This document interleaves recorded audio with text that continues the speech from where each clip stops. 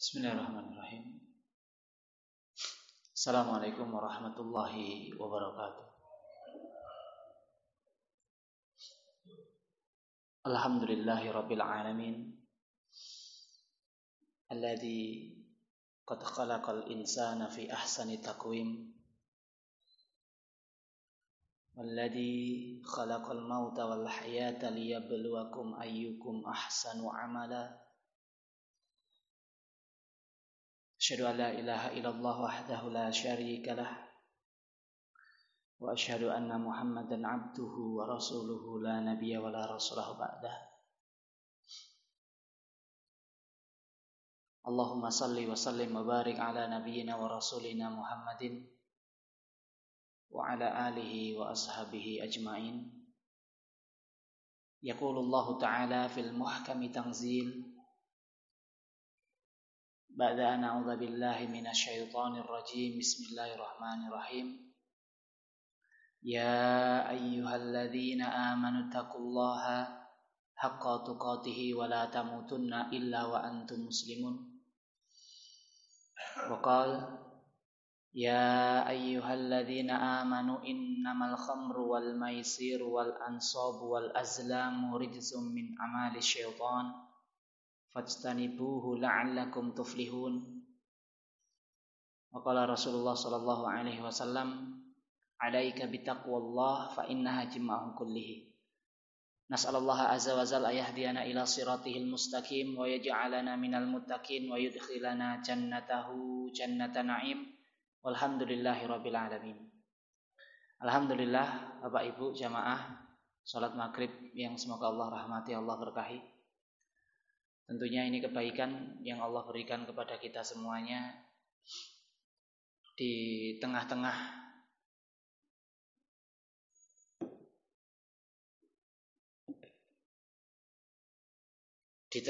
keterpurukan, mungkin pendidikan, juga bisa ekonomi, kita masih istiqomah berada di sini. Semoga ini kelak yang akan menjadi Allah Subhanahu wa taala, yang menjadikan Allah Subhanahu wa taala untuk menyelamatkan kita dari fitnah akhir zaman. Ketika ada seseorang bertanya kepada Syekh Sulaiman Ar-Ruhaili hafizahullah taala, ditanya, kata beliau, orang ini bagaimana agar saya bisa terhindar dari fitnah fi akhir zaman? Bagaimana agar saya bisa terhindar dari fitnah akhir zaman, bisa terlindungi oleh fitnah akhir zaman? Beliau Syekh Sulaiman Ar-Ruhaili hafizahullah ta'ala mengatakan bahwasannya perbanyaklah menuntut ilmu. Perbanyaklah menuntut ilmu. Kemudian beliau mengutip satu hadis Nabi sallallahu alaihi wasallam yang menyebutkan badirul bil a'mali fitanan kakita'il laili mudlim yusbihu mu'minan wa yumsi kafiran. Beliau mengutip hadis itu bahwasanya Nabi menyebutkan badirul bil a'mal, bersegeralah kalian dalam beramal soleh fitanan sebelum datangnya fitnah. Yang mana fitnah itu kakita'il laili mudlim, seperti potongan malam yang sangat gelap gulita. Yusbihu mu'minan wa yumsi kafiron, orang itu dalam keadaan di pagi hari dia seorang mukmin, kemudian di sore hari sudah kafir, atau sebaliknya daripada itu. Bagaimana kita bisa beramal? Tentu beramal itu harus didukung dengan ilmu. Harus didukung dengan ilmu, sehingga dengan ilmu itu kita akan paham mana aturannya Allah, mana bukan aturannya Allah. Mana itu aturan syariat Islam, mana itu syariat tauhid. Dengan ilmu itu kita akan paham. Maka dengan pemahaman itu kita akan menjadi terhindar dari hal-hal yang merugikan dunia kita dan juga merugikan akhirat kita. Maka jamaah yang dimuliakan oleh Allah Subhanahu wa taala, sebagaimana yang telah kita pahami bahwasanya Islam adalah agama yang diridhoi oleh Allah Subhanahu wa taala. Di dalamnya ada ajaran-ajaran ataupun aturan-aturan yang mana aturan tersebut ajarannya tersebut itu pasti benar dan pasti baik. Untuk siapa? Untuk setiap manusia. Ini yang harus menjadi keyakinan kita. Ya. Salah satu kebenaran dan kebaikan yaitu bahwa seorang muslim harus meninggalkan dan menjauhi apa-apa yang Allah haramkan. Karena di balik pengharaman yang Allah Subhanahu wa taala berikan kepada kita, di balik pelarangan syariat terhadap sesuatu, pasti di situ ada hikmah kebaikan yang akan kita dapatkan. Pasti di situ ada kebaikan yang akan kita dapatkan. Tidak mungkin ada satu larangan yang Allah Subhanahu wa taala berikan kecuali itu baik untuk kita semuanya. Ya. Kecuali itu baik untuk kita semuanya. Maka ada kaidah usul fikih itu begini, ad-dinu bunyanun. Agama ini dibangun alal masalih, di atas kebaikan. Agama ini dibangun di atas kebaikan. Jadi semua yang telah Allah larang itu pasti baik. Dan semua yang telah Allah perintahkan itu pasti benar. Ketika kita melanggar aturan Allah, pasti akan berdampak buruk. Ketika kita menjalankan perintah Allah, pasti akan berdampak baik. Karena agama ini dibangun alal masalih, atas kebaikan, atas kemaslahatan. Bukan di atas keburukan, bukan. Maka jamaah dimuliakan oleh Allah, fenomena yang baru saja terjadi di hadapan kita adalah rencana tentang pembolehan khamr. Kalau kita sudah merujuk kepada kaidah usul fikih tadi itu, maka Masya Allah, ini suatu bentuk awal dari kehancuran ketika sesuatu ini sudah ditetapkan, diiyakan, dibolehkan. Mungkin kalau pas pengajian nyuwun ngapunten, pas pengajian yang jowo kono eneng sing dodolan ciu. Kok dodolan ning kene? Lah entuk kok. Wah. Piye? Coba pripun Pak ngoten niku? Lah entuk kok piye? Ya, arep mlebu gerbang sekolah eneng sing dodol kok dodol ning kene Mas piye? Kowe ora usah nglarang-larang, wis entuk iki. Tak laporke sisan monggo wae. Larang-larang. Ah, keneng lagi gitu kan? Nah, maka jangan dimulaikan oleh Allah. Di dalam kitab Al-Kabair, Pak, yang ditulis oleh Imam Az-Zahabi. Jadi saya malam hari ini kemarin sampai Mas Dwi, kata saya, Mas, saya enggak apa-apa kita bahas tentang khamr. Dalam kitab Al-Kabair. Insyaallah kitab ini sudah banyak terjemahannya ya, Pak. Ini beliau menulis tentang dosa khamr itu Al-Kabiratut Tasi'ah. Tasi'atu asyar. Yaitu Tasi'atu asyarah. Yaitu dosa besar yang ke-19. Apa? Minum khamr. Bapak Ibu, pelarangan khamr oleh Allah Subhanahu wa taala itu ada yang menyebutkan, ulama itu menyebutkan ada 4 tahap. Pelarangan khamr. Ada ulama juga yang menyebutkan 3 tahap. Saya akan ambil pendapat yang 3 tahap. Pendapat pelarangan khamr itu yang 3 tahap. Yang pertama yaitu surat Al-Baqarah ayat yang ke-219. Allah Subhanahu wa taala berfirman, A'udzu billahi samiil 'aliim minasyaitonir rajim. Yas'alunaka 'anil khamri wal maisir. Kata Allah. Mereka bertanya kepada engkau, yas'alunaka, bertanya kepada engkau ya Rasulullah, 'anil khamri wal maisir. Tentang perkara khamr dan perkara perjudian. Saya kalau ingat perjudian itu ingat Bung Roma saya, Pak. Bung Roma zaman saya kecil itu lagu judi itu udah terkenal. Zaman saya kecil. Ya, zaman saya kecil itu lagu judi itu setiap pagi itu yang saya konsumsi. Ini bukan bapak saya nyetel tonggoku. Keluar rumah gue judi, tet dan kayak gitu. Sampai sekarang itu masih tertanam di benak saya itu. Karena bendino sing dirungokke iku. Makanya hari ini diganti musik itu, Pak. Jangan musik Al-Quran. Biar yang tertanam di otak dan hati anak kita adalah Al-Quran. Mesake nak koyo aku, Pak. Sampai tua dari umur 7 tahun sampai sekarang judi, tet itu masih ingat terus. Masih ingat terus itu. meracuni keimanan jadi ya. Ya kalau lafadznya ya bagus lah ya, tapi kadang kan musiknya itu yang kita tidak. Wah ini makanya Bapak Ibu monggo pagi itu rungokke murotal, bacaan Al-Qur'an atau zikir pagi, zikir sore. Men yang diingat oleh anak kita itu apa? Al-Qur'an. Itu apa Al-Qur'an? Bukan musik. Ada ini fenomena luar biasa. Saya sering ceritakan ini, Pak. Di daerah Mauritania.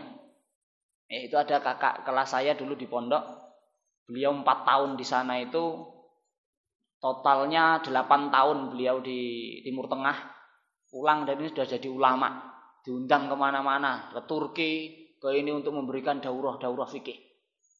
Wah, kelasnya wis internasional, tapi wongnya mau terkenal. Ini kelasnya internasional.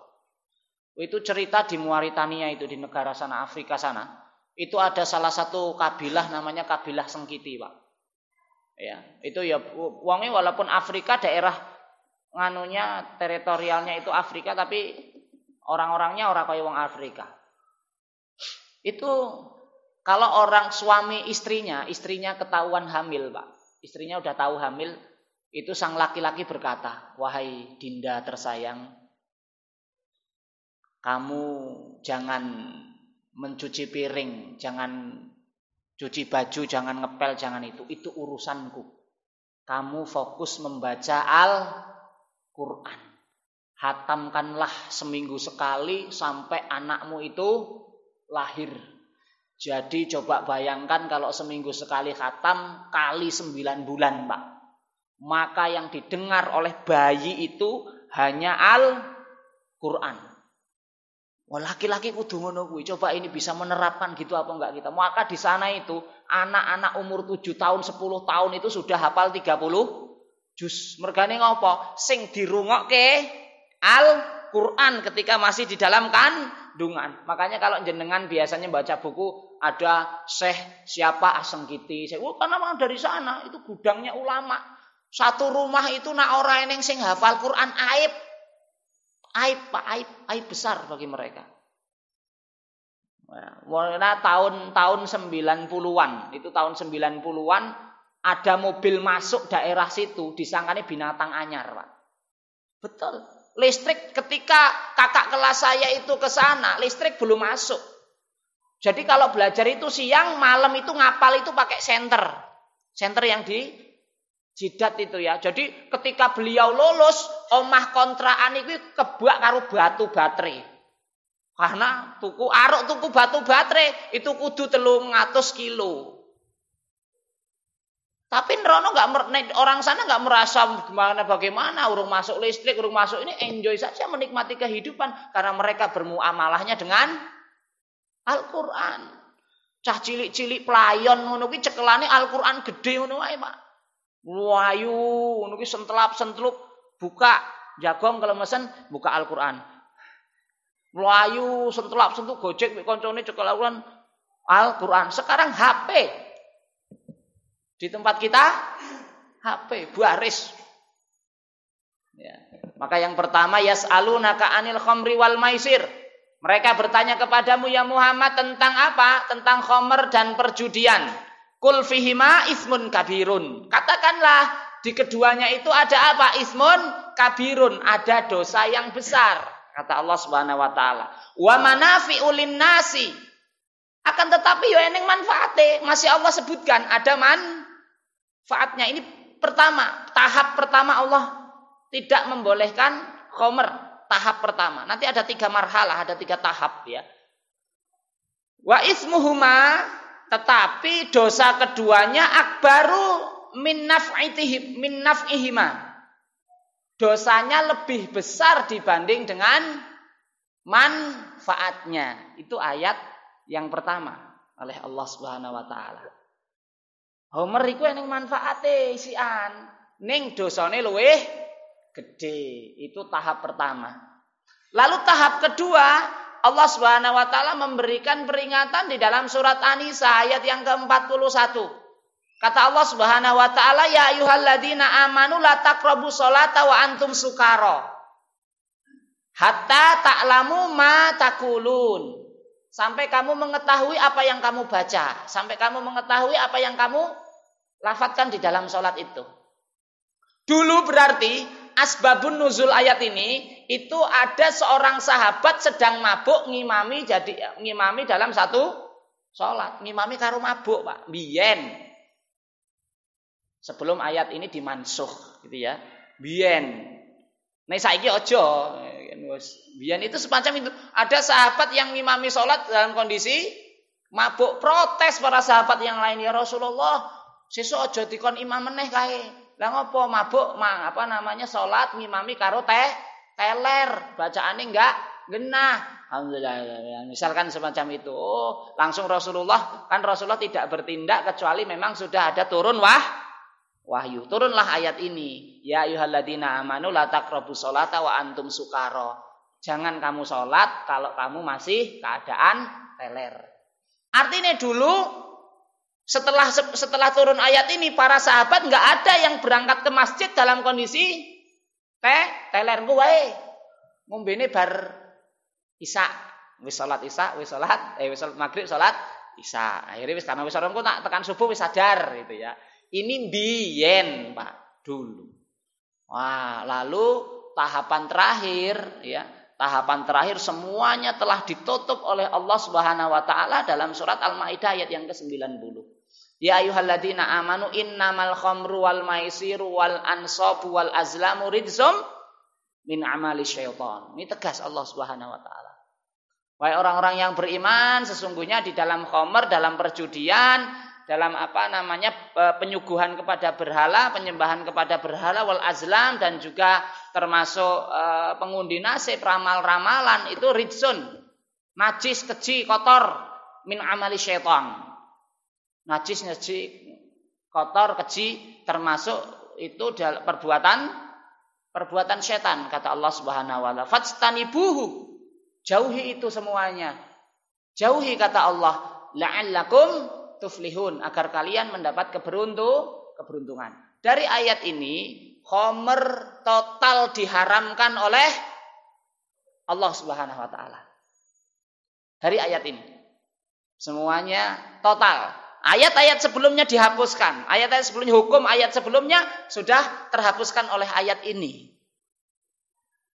Jadi enggak ada dalil lagi untuk mabuk. Enggak, loh itu kan ayatnya sudah kalah dengan ayat ini. Gitu. Ya, maka jangan dimuliakan oleh Allah. Dari sini Rasulullah SAW kemudian kata para ulama hadis, para ulama tafsir, ketika turun ayat ini Rasulullah SAW mengkampanyekan tentang keharaman khamr. Diumumkan, kata Rasulullah, karena keimanan para sahabat ketika itu hebat. Mereka yang punya khamr, persediaan khamr di rumah-rumahnya itu dipecahkan, ditumpahkan di kota Madinah. Bahkan dalam satu riwayat, ini riwayatnya Hasan, sampai tanah kota Madinah itu basah dengan khamr. Karena setiap rumah rata-rata punya khamr, punya stok. Tapi karena keimanan mereka, kalau kata Allah A, kata Nabi A, mereka B. Jadi nggak peduli. Aduh, mana sik sak gentong. Sik aja sik nanggung. Mana tak cukup segelas sik sing sak gentong to mana mambuki sithik mumpung urung valid ya. Enggak. Mereka tumpahkan semua itu khamr di sana mereka itu.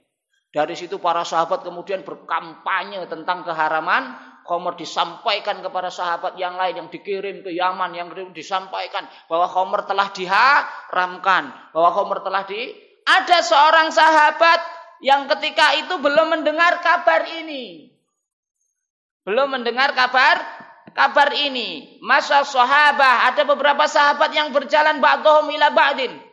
Ya, mereka saling bersatu dalam perjalanan itu ya, saling tegur menegur, saling ngobrol dan mengotor. Terus ada yang bertanya, khurimatul khamru wa ju'ilat adlan lisyirk. Ada yang mengomong, wah khamr wis diharamke. Dan yang mengatakan khamr itu sudah disamakan dengan apa? Dengan tipis sekali dengan kesyirikan. Lalu ada seorang sahabat yang namanya Abdullah bin Amru. Kok koyo isih ragu aku. Tenan apa ora? Wa dhahaba Abdullah bin Amr pergi ila annal khamr akbarul kabair untuk menanyakan tentang benarkah khamr itu sekarang sudah menjadi dosa besar. Sudah menjadi dosa besar. Dia tanya kepada sahabat yang buru-buru. Lalu sahabat yang satunya menjawab, wahia bila raiba ammal khaba'is qad la'ana syaribuha fi ghairi. Jadi lalu dijawab oleh sahabat yang satunya, wahia bila raiba. Khamr tidak diragukan lagi ummul khaba'is. Jawabannya bukan iya. Bukan iya wis diharamke, tidak. Tapi dijawab dengan apa? Tidak diragukan lagi bahwasanya khamr itu ummul khaba'is, sumber atau induk dari keburukan. Oh, wow. Sumber atau induk dari keburukan. Bayangkan itu. Khamr ini induk dari keburukan. Wa qad la'ana syaribuha. Ya. Wa qad la'ana syaribaha. Telah dilaknat sungguh Allah dan Rasulnya itu melaknat apa? Orang yang meminum khamr. Dilaknat oleh Allah Subhanahu wa taala orang yang minum khamr. Masya Allah. Ini. Dan kalau kita tahu kaidah dosa besar itu adalah ketika kita ada ancaman apa? Ancaman laknat. Khamr, Pak. Ummul khaba'is. Niki Masya Allah, para sahabat mengatakan semacam itu. Ya, maka jangan dimuliakan oleh Allah Subhanahu wa taala. Ya. Disebutkan bahwasanya dzukira anna mudminal khamri idza mata lam yatub la yadkhulul jannah. Disebutkan bahwasanya pecandu khamr itu idza mata, apabila dia mati, lam yatub dan dia belum bertobat, la yadkhulul jannah, dia tidak akan masuk surga. Sampai semacam itu. Tapi Nabi Shallallahu Alaihi Wasallam menyebutkan bahwasanya al khamru ummul khaba'is. Khamr itu adalah induk dari kejelekan, dari keburukan. Lah kok omongin kok khamr iso meningkatkan stabilitas ekonomi? Bohong, Pak. Percaya Nabi apa percaya wong kae? Ayo monggo, mang dijawab ya Mbak lah. Nabi menyebutkan ummul khaba'is. Imam Ibnu Katsir rahimahullahu taala ketika menceritakan ketika mentafsirkan ayat ya ayyuhalladzina amanu innamal khamru wal maisir wal ansab wal azlamu rijzum min amali syaitan, itu ada kisah. Memang kalau di dalam tafsir Ibnu Katsir itu banyak kisah Israiliyat. Kisah Israel, lihat kisahnya para orang-orang Bani Israel. Itu dulu di zaman Bani Israel itu ada seorang abid. Ada seorang abid, yaitu ahli ibadah. Ada seorang abid, ahli ibadah, ditangkap dia. Ditangkap oleh seorang pelacur. Tangkap. Kata si pelacurnya ini, kalau kamu mau bebas, ayo zina dulu dengan saya. Wah. Janganlah, dosa besar zina itu, nggak boleh. Ya wes, tak kaya ngono tak bunuh anak saya. Waduh, membunuh itu ya dosa besar. Ya. Dosa besar juga membunuh. Ya wes, nak kowe ora gelem wis minum wae lah. Khamr iki segelas ora usah akeh. Mikir dia. Menzina dosa besar, gawat ya. Membunuh, wah dosa besar juga, ngeri ini. Akhirnya wis kayane nak gur segelas ora apa-apa gur segelas insyaallah bisa. Ya, kuat insyaallah enggak apa-apa segelas wae kok guran. Akhirnya diminumlah itu. Satu gelas itu diminum sama dia. Ditenggaknya sama dia, akhirnya dia mabuk. Ya, mabuk, teler, akhirnya teler. Karena yang namanya teler tadi sudah disebut oleh Nabi sallallahu alaihi wasallam, al-khamru ummul khaba'is. Khamr itu adalah induk dari keburukan. Dengan teler itu kemudian dia berzina dengan perempuan tai. Masih berzina, sedang enak-enaknya berzina, datang anaknya ganggu. Wah, iki cah cilik ganggu wae si enjoy malah ganggu ya. Akhirnya dibunuh anaknya itu, Pak. Dibunuh anaknya itu udah akhirnya gara-gara khamr semua dosa dilakukan. Membunuh, berzina dia lakukan, membunuh dia lakukan gara-gara apa? Khamr. Gara-gara khamr. Tahun 2018 saya masih ingat 2018 Irian Jaya atau kota Manokwari apa ya? Daerah Manokwari ya benar Pak. Irian Jaya ini kan mayoritas kafir, non muslim. Gubernurnya juga kafir. Ketika di sana mau diberikan investasi tentang khamr mau dilegalkan, si kafir ini nggak gelem, nggak mau Pak. Padahal dia bukan orang Islam. Di bumi cendrawasih sana itu mau dibolehkan, wis nggak apa-apa, ayo khamr, bebas beredar untuk biar nanti para turis datang ke situ karena di sana banyaknya bukan orang Islam. Tapi gubernurnya menolak. Ketika ditanya oleh wartawan, mengapa Anda menolak? Kan ini peluang besar untuk memajukan daerah Anda. Banyak turis yang datang ke sini. Banyak orang yang akan berinvestasi ke sini. Kata beliau ini, si kafir ini, mengatakan bahwasanya gara-gara khamr nanti negeriku, tanah Irian Jaya akan banyak pembunuhan, akan banyak pemerkosaan, akan banyak perampokan, akan banyak kejahatan yang beredar di sini. Maka kami resmi dengan perda daerah, kami tidak mau khamr itu bebas di negeri kami. Itu kafir, Pak. Lah kita yang ngaku mukmin kok malah aruk ke khamr iki piye coba. Ngomong gomang tanglet ki Mbak, itu bagaimana itu? Macam itu. Ini sumber keburukan Bapak Ibu. Jangan main-main kita dengan khamr itu, jangan main-main.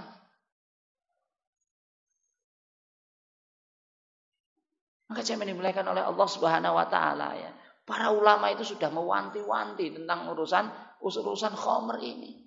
Gak main-main, Pak. Nanti kalau khamr itu banyak, pasti daerah itu akan hilang stabilitas keamanan. Wong belum saja resmi yo masih gaduh waktu itu rame, itu saja ada kasus polisi nembak tentara di kafe. Dengar ya Pak ya. Beritanya nggih. Gara-gara ini apa? Mabuk coba. Mabuk Pak. Mabuk toilet ora disuguhi meneh tuwek der. Wong 3 mati. Coba bayangkan itu. Itu belum beredar secara bebas lah. Kalau misalkan dibolehkan la haula wala quwata illa billah, maka tegas kaum muslimin bersatu ora entuk pokoknya. Tidak setuju. Moga-moga Allah berikan kebaikan buat negeri kita ini.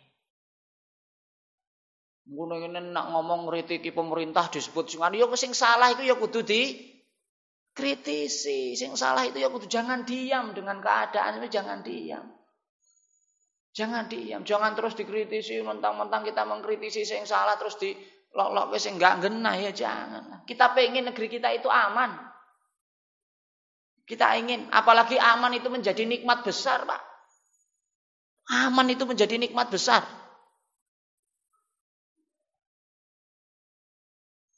Kata Nabi, man asbaha minkum aminan fi sirbihi wa mu'afan fi jasadihi wa indahu kautu yaumihi faka'annama hizat lahu dunya. Yang disebut pertama oleh Nabi adalah aman. Barang siapa di waktu pagi dia masih mendapatkan keamanan, aminan fi sirbihi, aman keadaannya. Wa mu'afan fi jasadihi, sehat badannya. Wa indahu kautu yaumihi, dan masih memiliki makanan untuk dimakan di hari itu, faka'annama hizat lahu dunya, maka dia seolah-olah mendapatkan dunia dan seisinya. Itu masih aman disebut oleh Nabi Sallallahu Alaihi Wasallam.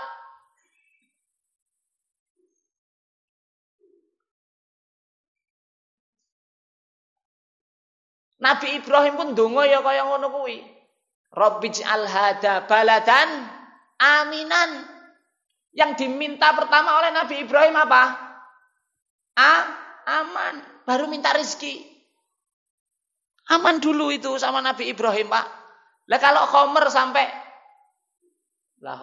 kita mudah mendapatkan khomer itu, stabilitas keamanan rusak. Nanti mau ke pasar wedi. Mau ke toko takut. Mulane kono sing nongkrong karo mendem. Kan gawat itu. Ini menjadikan keamanan tidak stabil. Kita hari ini diberikan keamanan, maka bentuk syukur kita kepada apa yang telah Allah Subhanahu wa taala berikan berupa rasa aman ini kita jaga agar aman itu tetap ada.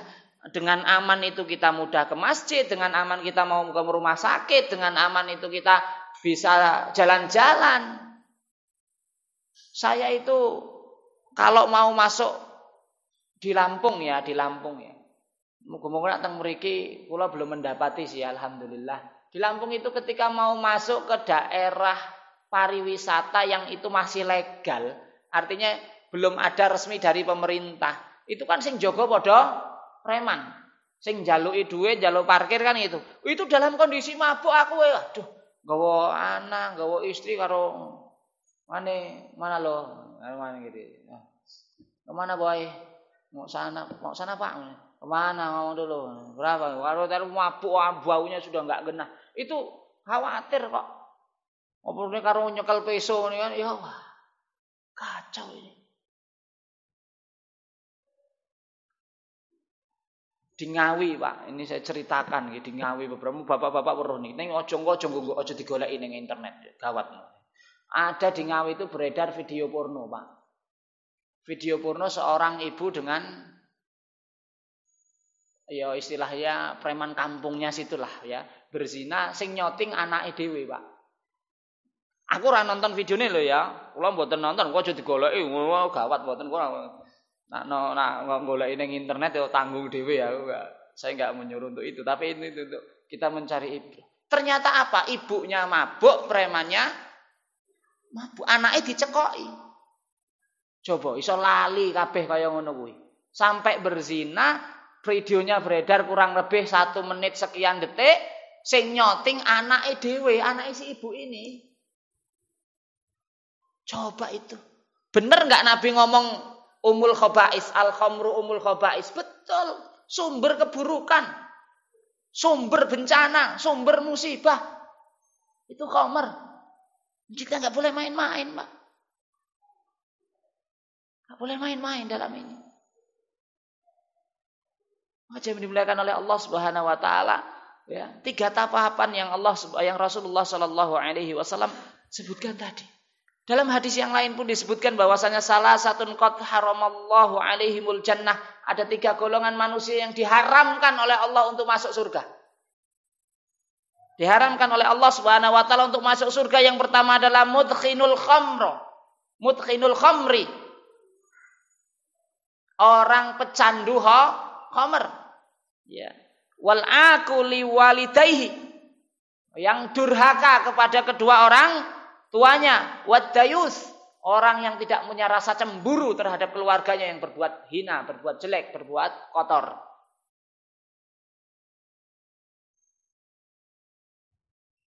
Ancamannya ngeri, Pak. Orang mlebet swarga coba. Bayangkan itu khamr itu. Masya Allah, la haula wala quwata illa billah. Maka jamaah yang dimuliakan oleh Allah Subhanahu wa taala. Man syaribal khamra lam yakbalullahu minhu syai'a. Siapa saja yang meminum khamr, kata Nabi sallallahu alaihi wasallam, Allah tidak akan menerimanya sesuatu apapun darinya. Allah tidak akan menerima sesuatu apapun darinya. Wa man sakara minha, dan yang mabuk. Ada kalau minum itu minum orang mabuk, ada minum yang sampai mabuk. Maka Nabi menyebutkannya 2. Man sakara minha, dan yang mabuk karena itu, karena khamr ini, maka lam tuqbal lahu sholata arba'ina yauman. Maka Allah tidak akan menerima sholatnya 40 hari 40 malam. Bayangkan. Insyaallah. Ngeri ora iki. Engko nek misalkan do ngombe homer ya wis donga ora sampe, terus piye? Kita enggak punya kekuatan apapun kecuali dengan meminta kepada Allah. Ini keadaan kita, Pak. Maka ini nyuwun ngapunten Bapak Ibu, ini PR bagi kita semuanya, ya. PR bagi kita semuanya. Kita sadar nggih, Pak. Kula lan panjenengan sedaya menika nggih tiyang alit, wong cilik. Ya isone gur ngadu kalih Gusti Allah. Tapi ini peringatan buat kita agar kita ayo sama-sama minta kepada Allah agar Allah memberikan kebaikan buat negeri ini. Kita nggak ingin negeri ini itu rusak. Kita pengen generasi-generasi kita itu nanti menjadi generasi yang hebat, generasi yang akan mengangkat harkat dan martabat negara ini, Pak. Estafet dakwah, estafet untuk mengatur kebaikan itu harus ada. Harus adalah bagaimana kalau generasi kita itu sudah kenal dengan yang namanya khomer. Wong hari ini saja pendidikan saja sudah kisruh riuh, carut marut semacam ini. Ini dari segi pendidikan hari ini, Pak. Masya Allah. Masa pandemi sudah hampir 1 tahun kita itu pandemi hari ini. Sekolah seminggu sing pisan, iku pun masuk jam 8 balik jam 10. Ada yang seminggu 2 kali. Makanya jangan dimuliakan oleh Allah, Bapak Ibu semuanya, ayo kita hidupkan masjid. Ketika ada webinar dengan Dr. Adian Husaini, ya, itu beliau memberikan pencerahan tentang pendidikan hari ini harus kemana. Salah satu solusi yang beliau berikan, kembalikan pendidikan itu ke masjid. Kembalikan pendidikan itu ke masjid. Maka jamaah harus rela, jamaah harus lelah, jamaah harus capek, jamaah harus ridho. Kalau masjidnya digunakan untuk sarana-sarana pendidikan, keluarkan harta yang kita miliki, keluarkan uang yang kita miliki demi generasi itu, Pak. Jangan sampai nyuwun ngapunten. Nyuwun ngapunten kita nggak peduli dengan pendidikan. Ayo kembalikan, kata Dokter Husaini. Kata Dokter Adian Husaini, kembalikan pendidikan itu ke masjid. TPA dihidupkan, sing sekolah libur seminggu atau TPA jadikan 4 hari dalam 1 minggu. Anakku ora iso fisika bahasa kasare nggih Pak, yang nyuwun ngapunten. Ora iso fisika, ora iso kimia, ora apa-apa. Sing penting iso maca Quran, iso salat, ngerti pembatal wudu, masalah matematika, ilmu hitung, ilmu bagi, ilmu tambah-tambahan, ilmu kurangan. Sudah cukup itu insya Allah. Sudah cukup. Saya pernah tanya Pak Ahmad, Pak, dodolan emas apa perlu kuadrat kali enggak, saat yang penting duwe kalkulator iso ilmu hitung. Wah itu. Coba duwe kalkulator iso ilmu hitung, Masya Allah. Kayak kita repot hari ini, tapi khawatirlah ketika generasi kita ora iso maca Quran. Anak saya itu enggak tak suruh hafalan, Pak, anak saya. Waduh, orang tua kan mempeng ya, karena itu kan punya kelebihan masing-masing. Saya enggak pernah ngeduk ke anak saya itu, ayo hafalan paksa, enggak. Yang saya ajarkan kepada anak saya, pokoknya hari ini belajar ngaji sama Umi. Anak saya sudah bisa baca Al-Quran. Dan belajar baca setiap hari itu setidaknya 4 lembar anak saya harus membaca buku sirah. Buku sejarah. Itu saja. Nggak usah repot-repot. Nanti kalau udah pinter Al-Quran, pinter jalan yang lain itu pasti akan Allah mudahkan, Pak. Pasti Allah akan mudahkan, itu nggak usah khawatir. Profesor B.J. Habibie, ya, itu pernah cerita. Ini pernah cerita ini. Ini beliau sendiri yang cerita. Ini kok dia ada orang Yahudi waktu kuliah penerbangan di Jerman, itu ada orang Yahudi itu pinter tenan. Ditanya sama dia, apa rahasiamu pintar? Saya bangun malam, mandi, setelah itu saya baca kitabmu, yaitu Al-Quran. Dibaca oleh dia jadi pintar. Akhirnya Bapak Profesor Dr. B.J. Habibie, Allah yarhamhu, ya, itu beliau apa? Beliau menerapkan apa yang diajari oleh Yahudi ini. Bangun malam, kalau dia ditambahi sholat kan, tambahi sholat, mandi, sholat, terus maca Al-Quran sampai subuh. Akhirnya jadi kesaing kepinterannya itu, si Yahudi ini menyesal.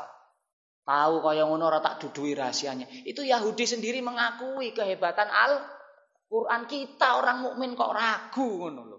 Jangan ragu, ayo Al-Quran. Al-Quran. Hidupkan masjid-masjid kita itu dengan halakoh Al-Quran. Dengan halakoh ilmu. Kembalikan pendidikan yang hari ini mungkin di sekolah mereka tidak mendapatkan ini. Dan itu kembalikan kita ke masjid. Karena ini metode dulu para ulama. Bagaimana Kiai Haji Hasyim Asy'ari, bagaimana Kiai Haji Ahmad Dahlan itu mendidik murid-muridnya, santri-santrinya di mana? Di musola, di langgar-langgar, di masjid. Masjid, kembalikan itu. Belum ada dulu sistem sekolah itu belum ada. Maka kembalikan hari ini, kata Dr. Adian Husaini. Semoga Allah Subhanahu wa taala memberkahi kita semuanya. Semoga Allah Subhanahu wa taala memberikan kebaikan bagi kula lan panjenengan saya. Assalamualaikum warahmatullahi wabarakatuh. Subhanakallahumma wa bihamdika asyhadu an la ilaha illa anta astaghfiruka wa atubu